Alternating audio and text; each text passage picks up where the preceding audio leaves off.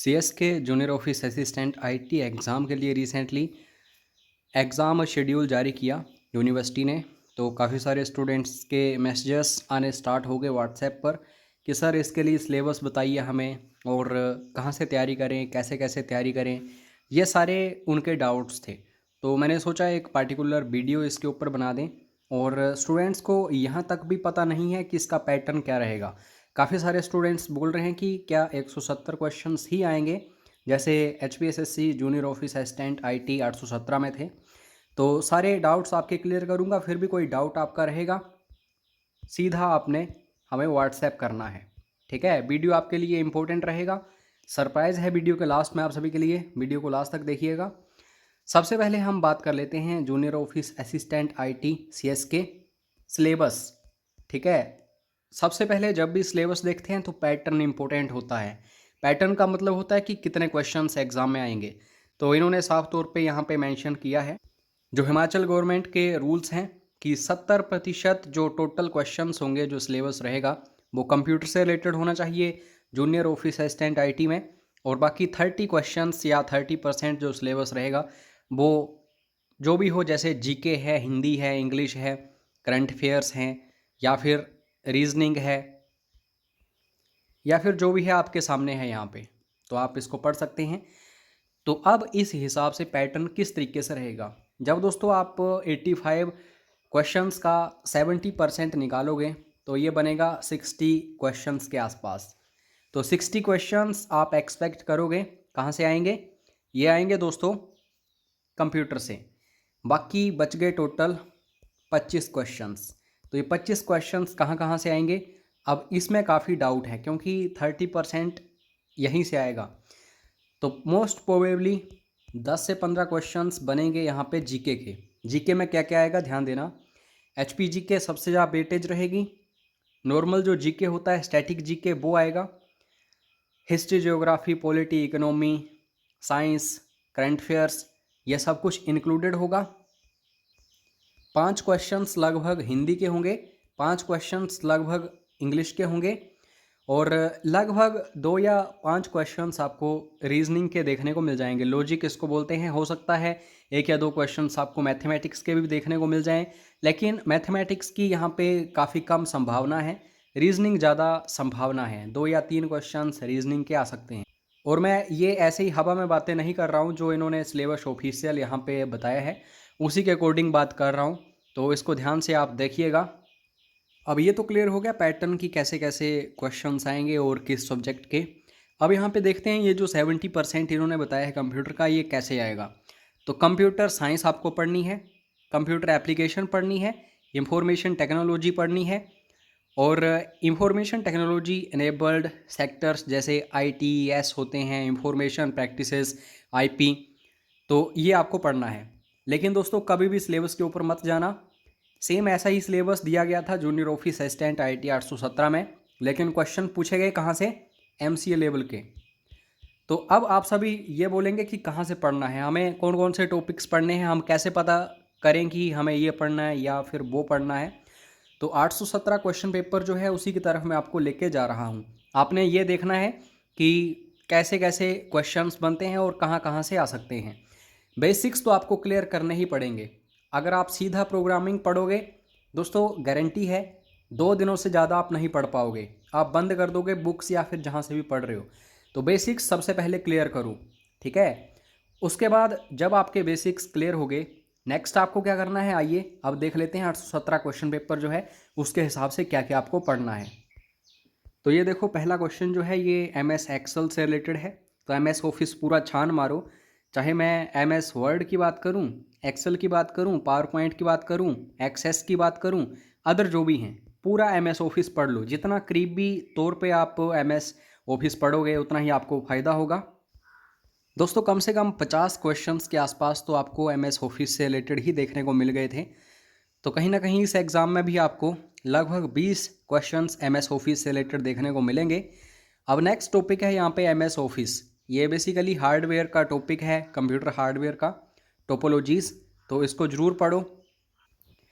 उसके बाद मीडिया जो है उसको अच्छे से पढ़ना है। जैसे गाइडेड मीडिया होता है, अनगाइडेड मीडिया होता है, जो केबल्स होती हैं या फिर जो वेव्स होती हैं उनके थ्रू जो ट्रैवल करता है डाटा, तो उसको पढ़ो। 2 या 3 क्वेश्चंस यहाँ से भी आ जाएंगे।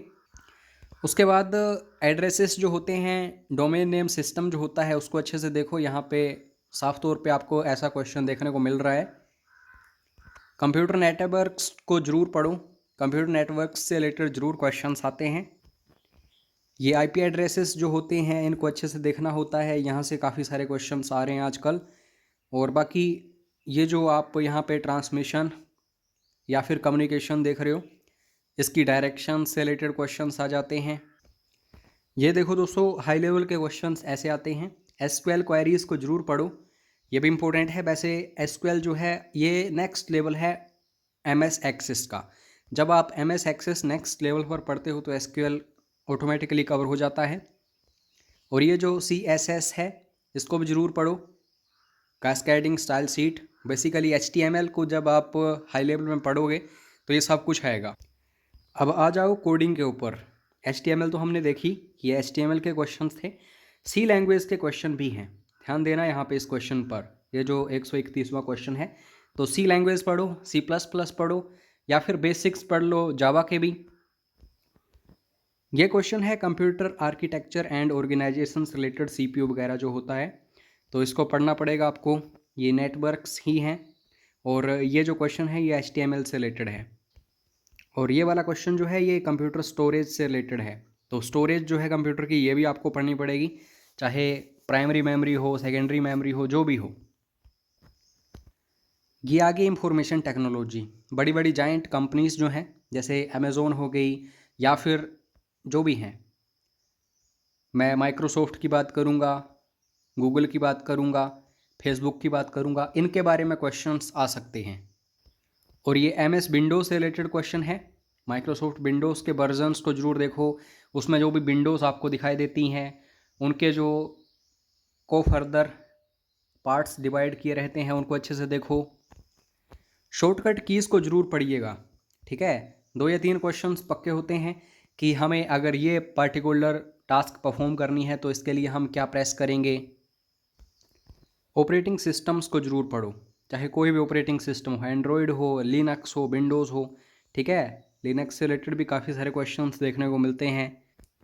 बाकी मालवेयर्स जो होते हैं, वायरसेस जो होती हैं, उनसे रिलेटेड क्वेश्चंस हमें देखने को मिल जाते हैं, तो उनको पढ़ो। यहाँ आप कंप्यूटर की हिस्ट्री भी देख रहे हो, कंप्यूटर की हिस्ट्री से रिलेटेड भी क्वेश्चंस आते हैं, तो जनरेशन्स को ज़रूर पढ़ के जाओ।